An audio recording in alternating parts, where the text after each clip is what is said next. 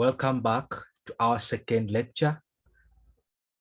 We stopped at creating a company and we saw the different steps we go through to create a company. And then we also saw how to make changes should we realize that we made some errors when we are creating a company. And we had promised ourselves that when we come back, we'll be looking at the gateway of Tally, which is very paramount when it comes to Tally. Therefore, let us go in and we see how we go around or how to explore around the gateway of Tally. Executive consultants, welcome. So the gateway of Tally, like we said, has four major items, and that is the masters, the transactions, and the import plus the reports. We are going to go through each one of them, but we're going to first of all explore them, and then in the subsequent lectures we will be able to go through each particular item, and then we'll be later on coming up with a final one that will be trying to show us a combination of the masters, the transactions, and the reports. But today we are simply going to venture into how they look, what is behind the masters, what is behind the transactions, the import, and the reports. So like we said, that we are first of all going to explore this system before we do anything technical. I'll start with the masters. Now, what is a masters in the Tally software? A masters is basically a group. It is putting two major information in a group, and that is information to do with our accounts and information to do with the inventory. When we open the masters, like I'm going to open by use of my keyboard, because I said you can use a keyboard when it comes to Tally, or you can simply use a mouse. You can use a keyboard by simply pressing on that letter that is red and in bold. For example, if I want to access the very first sub item under masters, which is accounts info, I will simply press A. And when I press A, they open. When they open the sub item that is under masters, known as the accounts info, it brings groups, ledgers, scenarios, and voucher types. Now, we need to understand that this system is organized, or it was designed particularly for accountancy work. But we all know from our fundamentals of accounting that without the ledgers, we are not in position to come up with the reports, and hence will not communicate and inform. Yet accounting is all about informing and communicating the different users. So for us to arrive at that, we need to come up with the ledgers. When you open the accounts info, there are groups, and then there are ledgers and scenarios plus voucher types. The groups are basically going to be the ones that are going to be housing the individual ledgers. For example, we can say a hotel has accommodation, it has drinks, it has food, and then it has some other items. So the accommodation can be a group, and then when we develop other individual ledgers, like we will see later on, we'll put those individual ledgers under the groups. So let us see this system called Tally. We know it sets up a predetermined group of ledgers, like we are seeing when I press on G, and when I press on groups, you're seeing that there is a single group and multiple groups. What does that mean? It simply means I can create a single group, and then I'll create groups at a multiple time. In other words, I can create I can get 5 groups without me changing the pages, like we'll be seeing later on. So Tally goes ahead and predetermines a few groups which it thinks must be used or may be used by an administrator running Tally.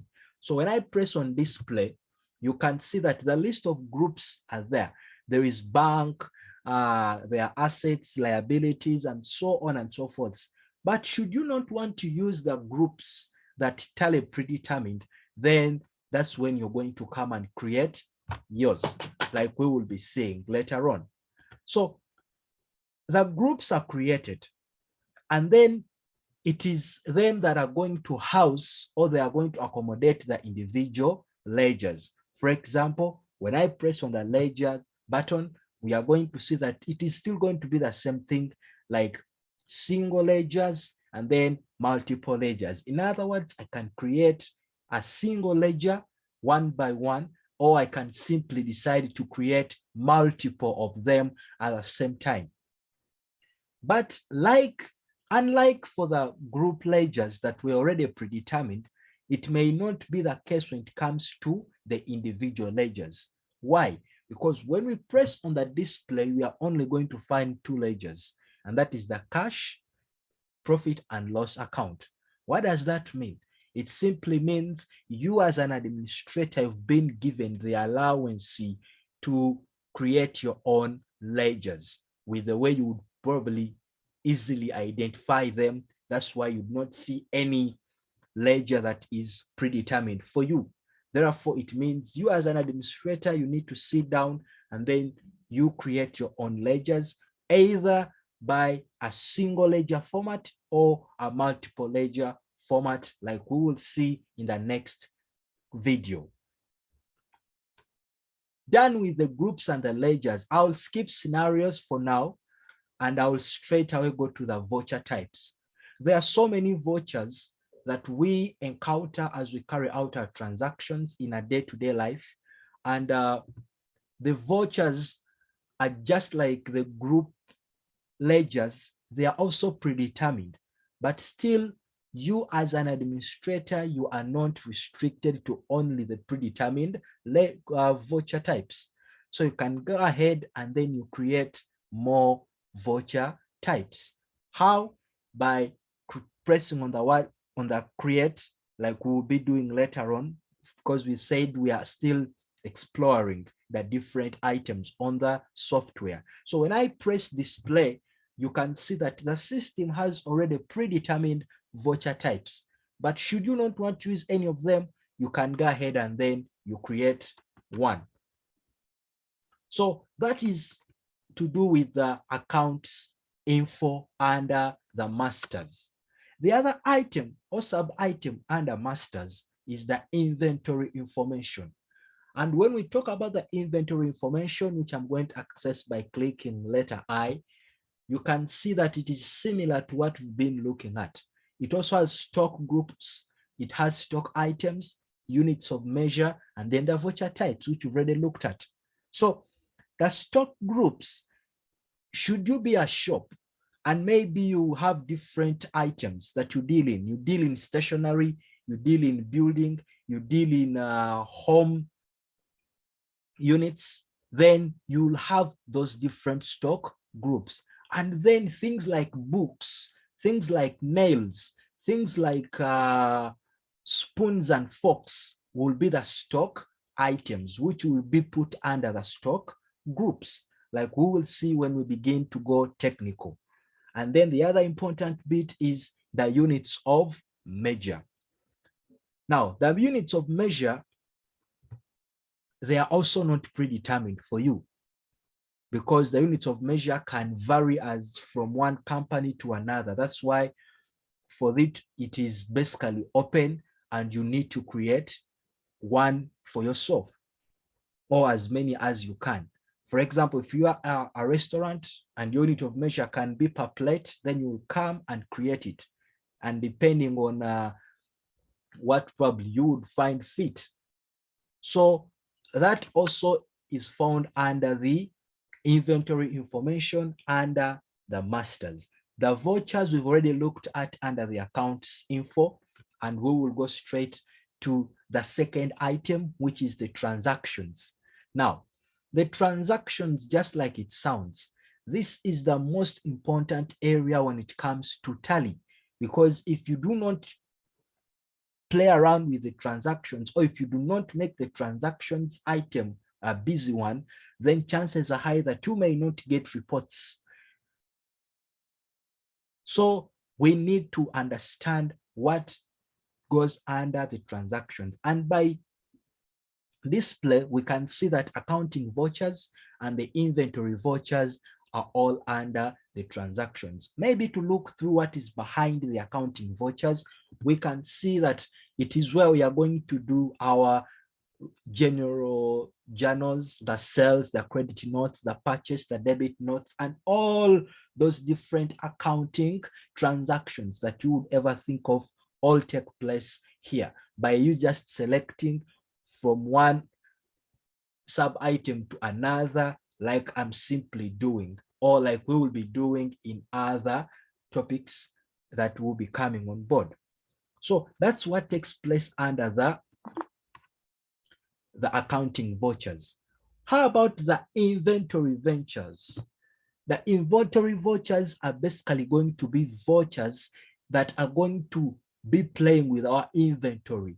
That's why you're seeing things like physical stock, things like reject in, reject out, sales order, purchase order, and so on and so forth. So all that we may need to do in that line of placing an order, receiving a sales order, and all that will be done under the inventory voucher. So all that said, we go to the reports. The reports, like I said, without you putting transactions to use, you may not have reports. So it is important that you get the masters, you combine it with the transactions, and then the system will create you with the reports, because in accounting, we basically communicate and inform our users for them to make decisions regarding their companies or regarding their investment decisions.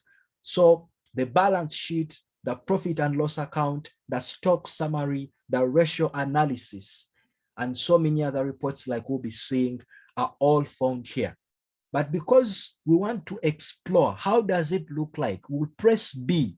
And when we do that, we can see that the executive's firm has nothing because we've not done anything with it. And the same thing is going to apply to the profits and losses. It is empty because there are no transactions that have been entered, not even a single voucher. So today, like I've been saying, we've been specifically exploring the gateway of tally.